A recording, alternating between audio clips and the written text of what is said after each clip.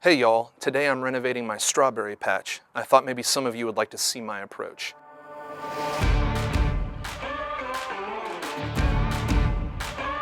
This particular strawberry bed was installed several years ago, and strawberry production has diminished over the last couple years.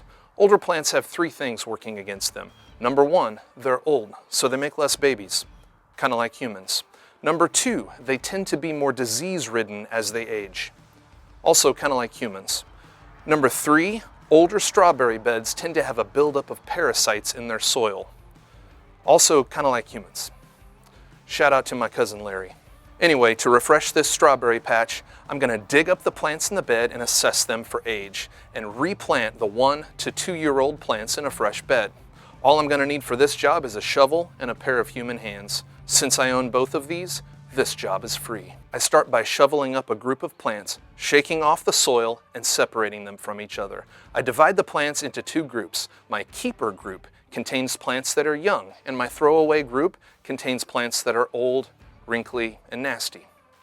How do you tell the young from the old? I can typically tell by the length of the central crown of the plant. Young plants will have a shorter crown, while old plants will have a longer one. My cutoff is about 2 inches of central crown. If the crown is under 2 inches, it's on the younger side, and I'll keep it for the new bed.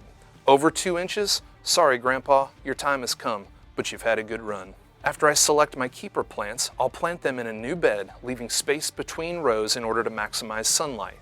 I'll allow new runners from those plants to fill that space between, and when it's time to renovate my strawberry patch again, I'll start my search for young plants in those spaces. Now go get your garden gloves on and grow yourself some plump ones. Mancycle.